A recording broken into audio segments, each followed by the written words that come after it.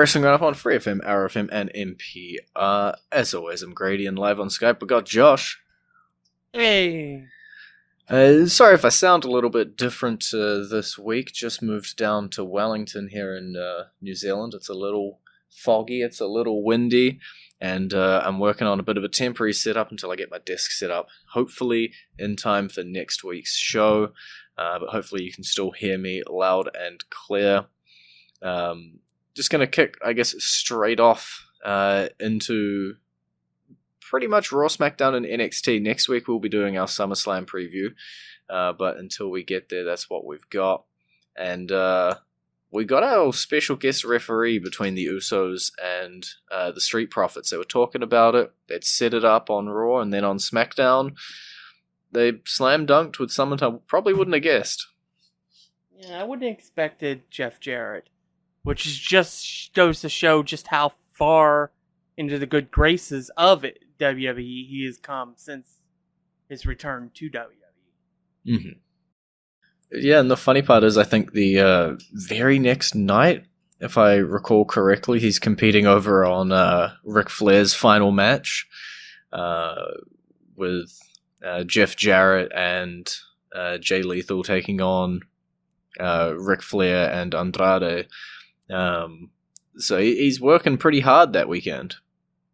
Yeah, we're not talking about that match. Fair enough. Well, if I bring you back to the tag team encounter, do you think that, usually when a special guest referee stipulation is announced for a match, usually that means that the referee is going to play a factor. How do you see Jeff Jarrett playing a factor in this match? Or at all? Is he just going to call it down the middle? I don't know, because Jeff Jarrett was always a great heel. So the idea of him working a straight down the middle match, I'm not sure. Honestly, I want to see it be a straight down the middle, because these two teams deserve the best match you can possibly have. But it would not surprise me. Yeah, as you say, I think it's just, you think of Jeff Jarrett and you think of slimy sleazeball, and it's really hard to imagine him calling it for a Street Profits win, but it would be a pretty big swerve, wouldn't see it coming. That being said, I think we're still probably tipping the Usos on that one, so we'll have to wait and see what we end up getting there. And then over on Raw, look, sometimes we've got to talk about things we don't want to talk about. But The Miz has an opponent for SummerSlam now. Yeah, it would be Logan Paul, his teammate from WrestleMania. Yeah, teammates to enemies, we've seen it 100 times over. But, look, I can hate the guy, I can hate him personally. There's a few wrestlers that I hate personally. But he was a decent entertainer and he put on a decent wrestling match at WrestleMania, so I can't hate his in-ring work. Yeah, it's definitely something we're going to have to see him further develop over time. But at WrestleMania, he definitely looked like he belonged every bit in that ring as anybody else that was in that ring. Yeah, I'm interested to see, because obviously when you've got a one-off appearance, you kind of, you work really hard and you grind and you bust everything to get there. And now that it may become a more regular thing with him signing a contract with the WWE, I'm interested to see if he can keep stepping it up. Are we going to see the same, 20 moves he learned in the wrestling school that he went to, or are we going to see some new things every time? And I'm just interested to see what his in-ring develops into, and how he's going to be used moving forward as well. I don't know whether they're going to end up pulling him out on the weekly shows every time, or if he's just going to be a WrestleMania and SummerSlam guy. Don't quite know the specifics, I guess, of where they're heading with him. And jumping over to NXT just to do something completely different again, and because our theme is sort of returns or shocks, our 20-woman battle royal, we were talking about, who's going to be the next one to earn that NXT Women's Championship opportunity. And it turned out to be a returning Zoey Stark that came out on top. Yeah. It was really well told. Even with the Cora Jade trying to steal it at the end, but still getting thrown over. And honestly, she might be somebody who can dethrone Mandy. Yeah. We sort of saw a lot of feuds develop throughout this. Alba Fire and Lash Legend were fighting. Wendy Chu, Tiffany Stratton could be somewhere we go with this. Nikita Lyons obviously still expecting something out of. Ivy Nile got quite a good showing.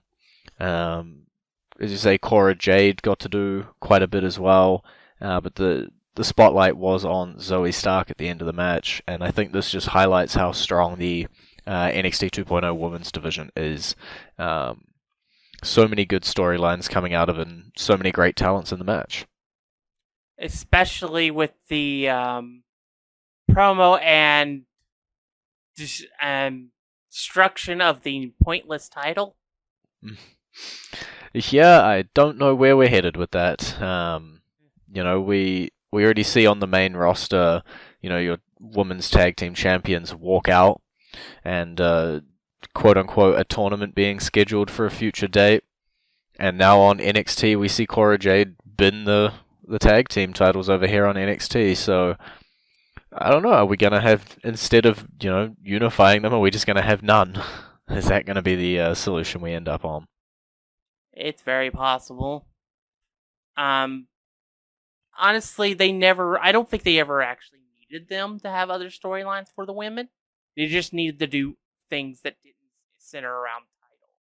And that's what they started with Cora and Roxanne. Is stuff that they did forever with Dakota and Raquel. So I think it might be a step in the right direction, even if it is a step backwards to begin with. Yeah, it's a weird one, right? Because we do lose the championship. I don't know if this is, it's easier to see with the main roster championship. It's 100% gone. But with here, is it gone? Is it just sort of being shelved for a little while? Is Roxanne going to continue defending her titles? What's the sort of status of those? Yeah. I know on the Wikipedia page, they've removed the title from Cora, but it's still on Roxanne's side. So I guess we'll have to see where they go. Maybe she still tries to force and defend it, and Lash Legends and her partner ends up taking it or something. I don't know. Yeah, it's something we're going to have to wait and see what they end up doing on NXT. We don't quite know. Do you want to grab the next topic, maybe? Is there something you want to hit up on? We have we're for sure not having Natalya versus Liv for the title. Yeah, that's definitely something we can tell. Little bits of teasers of here and there, but doesn't seem to be the way it's going to go forward. Yeah. I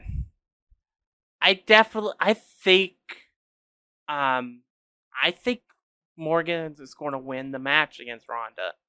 And it's going to be because Ronda didn't take her seriously. Oh, that old chestnut that didn't take her seriously, underestimated the opponent.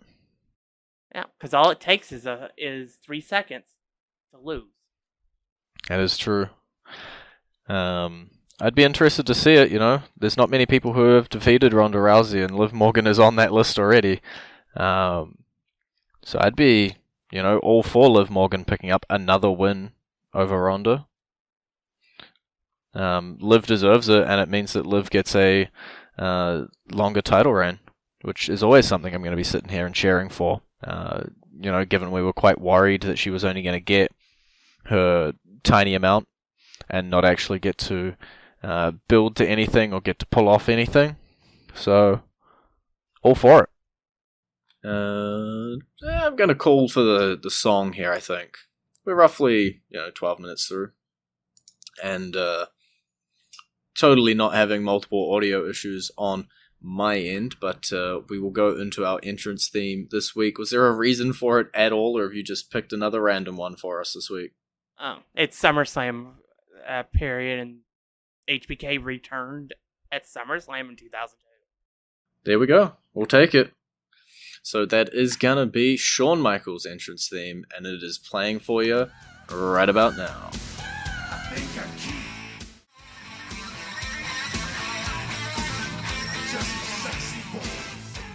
And you're back to the Wrestling Roundup on FreeFM, ArrowFM, and MPR. I'm Grady, he's Josh, and we were talking about what is Tony D'Angelo's crew gonna do. Well, they've set their sights firmly on their next target, it seems, because they took out the Creed brothers, who are kind of in the Diamond Mine, kind of not. But either way, it totally distracted Roderick Strong and Damon Kemp for sure.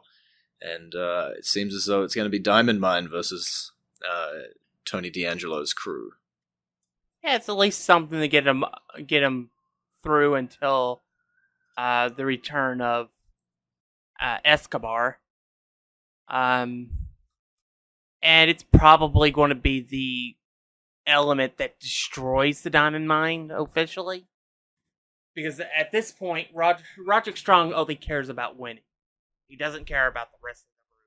Especially Damon Kemp. And the Creed brothers don't need the Diamond Mine. Yeah, I kind of hope that the Diamond Mine, we already know that the Creed brothers are going to the moon, comes to an end here when Damon Kemp sort of defeats Roderick Strong.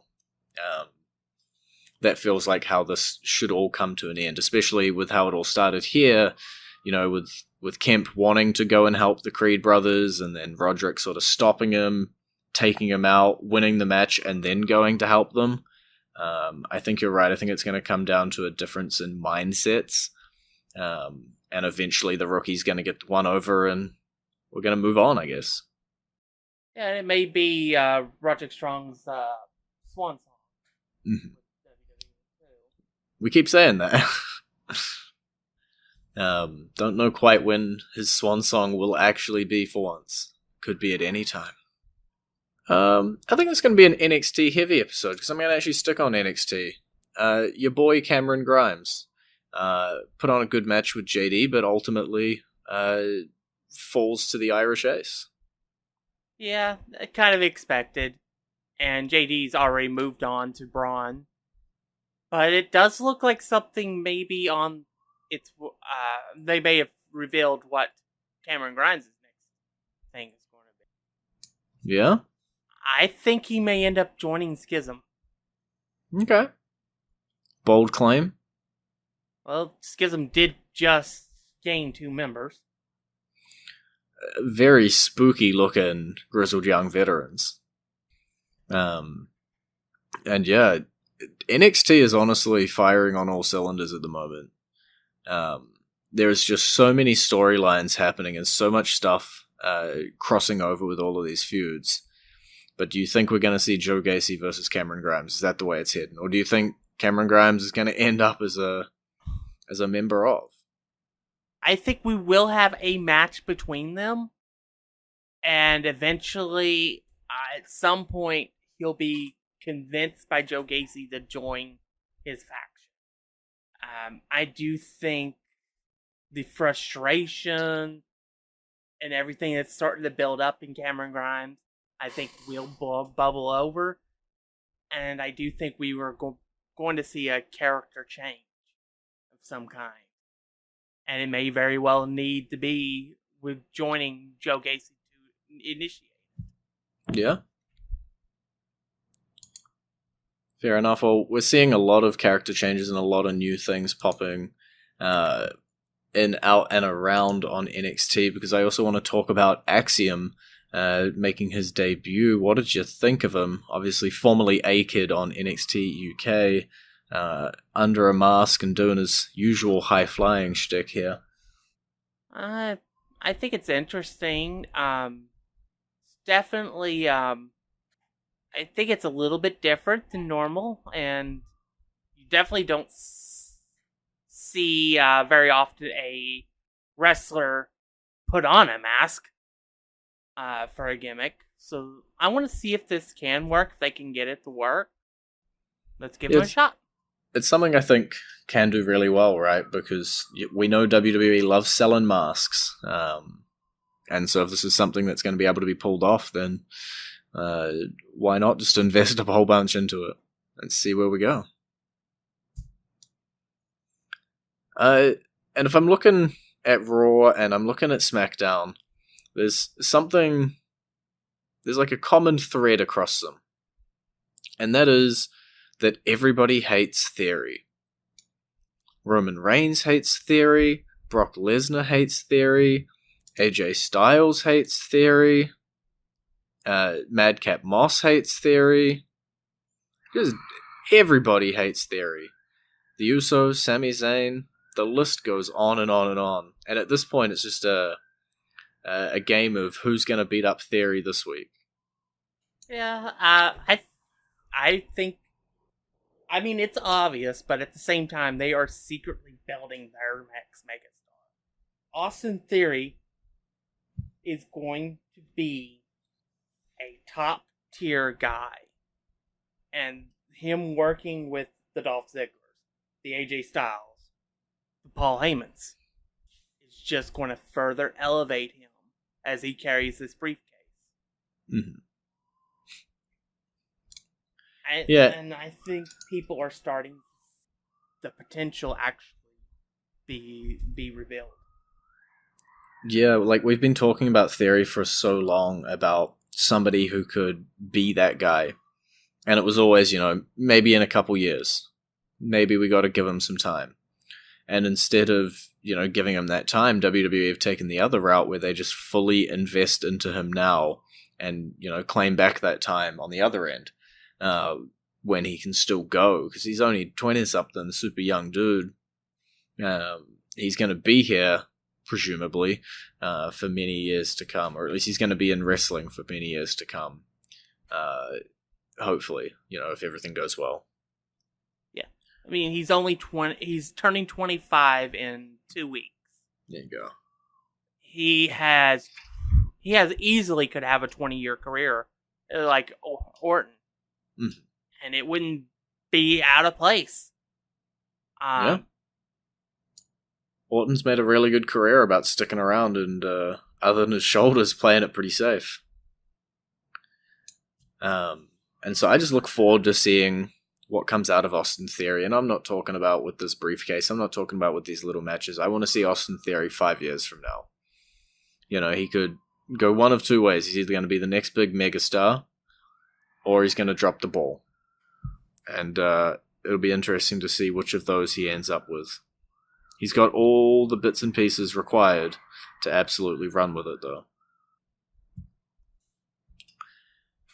Tag team division, specifically on SmackDown, the Viking Raiders, after, weeks of beating people down, now in a 4-on-2, the odds can be evened a little bit now. And still don't know quite where we're heading with them for their next feud. No, it's definitely. I think that there will be a match on like a SmackDown either next week or the week after SummerSlam. Mm-hmm. That will have the New Day versus Eric and Ivar. Well, I would have said the perfect place would be the SummerSlam pre-show, but we seem to not have matches on the pre-show anymore. Yeah, that's why I didn't suggest SummerSlam. I think maybe something that's getting like under the radar, people aren't noticing. Jinder Mahal and Shanky are getting over. Mm-hmm. And I think if they build it for a couple more weeks and stuff, if they can get Jinder to dance with Shanky, I think that the crowd will pop for it. And I think Mahal will end up being a pretty big babyface as a result. I love how we're sitting here and being like, oh, can he get Mahal to dance? Like, he did the whole 3MB thing, right? Like, I guess it's a little bit of regression for him. Maybe why he doesn't want to go that way necessarily. Yeah. I could see almost maybe a triple threat between these teams as well if they do want to pull something off at SummerSlam, you know. Viking Raiders versus New Day might not be a SummerSlam match, but if you bung it all together and you get that triple threat tag team going, then maybe. It is a shame that we don't have the pre-show matches anymore, because this would be such an awesome candidate. You know, it would hype the crowd up so well on that pre-show and really get everything done that a pre-show match needs to get done. I'm going to hand off back to you now. I'm going to let you pick the next topic. I think we got roughly another 5 minutes, maybe. Another fake out on the Drew versus Sheamus storyline. We're never going to get it, are we? I think we'll get it at SummerSlam. I think it'll be announced this week that it will be Sheamus versus McIntyre at SummerSlam, and Sheamus cannot get out of it. Yeah. And then the winner obviously will then face whoever the WWE Universal Champion is at Clash of Castle. So what you just said was that Drew McIntyre will face Roman Reigns. Who said Roman will be champion, though? I guess. I mean, there are so many possibilities with that championship right now. Roman could retain and be not defeated enough that Theory cashes in. It's possible that Brock Lesnar could win the title and face Drew McIntyre. Yeah. It's very possible that Theory could end up cashing in after that match and becoming champion and facing Drew McIntyre. Yeah, I think that's probably the beautifulness of it with the Money in the Bank and with everything else is, as you say, we just don't know what's the future. I can tell you what the most obvious future is, but that doesn't mean that it's the one we're heading down. And WWE definitely loves taking the left turn down the road nobody sees very often. Yeah. Maybe Sheamus wins. Did you think of that one? It's possible. And then we get Drew McIntyre versus Tyson Fury. I would prefer Drew McIntyre versus the champion. You have to be careful what you want, because that's the other option for Drew. Oh, now you've got it in my head that the SummerSlam match is going to ban the Brawling Brutes from ringside, and Sheamus will win because Tyson Fury interferes instead of them. No, why did you put this in my head, Josh? You're the one who put it in your own head. I never even said Tyson Fury would get involved. Well, now he is. It just said he would end up facing Drew at the pay-per-view. Well, now it's in the universe, and now it's a thing. Now we're getting Sheamus versus Theory for the WWE Universal Championship and Drew McIntyre versus Tyson Fury. Honestly, if I'm booking it, I do Drew versus Roman, in all honesty, and then do the cash-in after that match.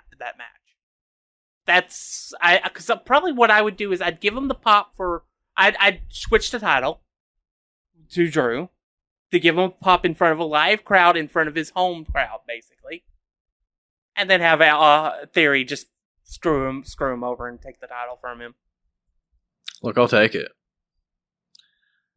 And then one more thing to mention, I guess, quickly before we head out. Seth Rollins, Riddle, their match fully locked in. Kevin Owens on the sort of outskirts of it at the moment. I don't think he's going to get involved in the match in any way. Where do we see that one heading? Do we see a big one and done at SummerSlam, or do you see a longer feud developing out of these two? I probably one and done. Although with Seth, anything is possible. I mean, he lost to Cody 3 times in a row. Yeah.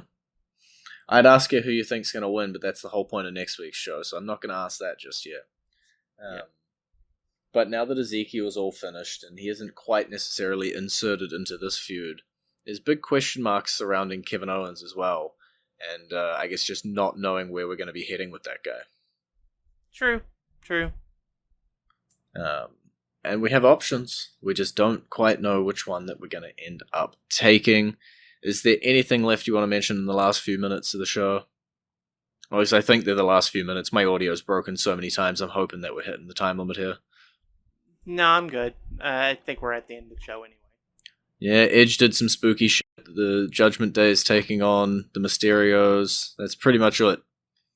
Bada bing, bada boom. It's been great talking to you. Bye, B. You can visit our Facebook page, facebook.com/wrestling RND up, or our Twitter page, twitter.com/wrestling RND up, or our YouTube page, youtube.com/wrestling RND up. And we will see you next week with our preview for the SummerSlam pay-per-view.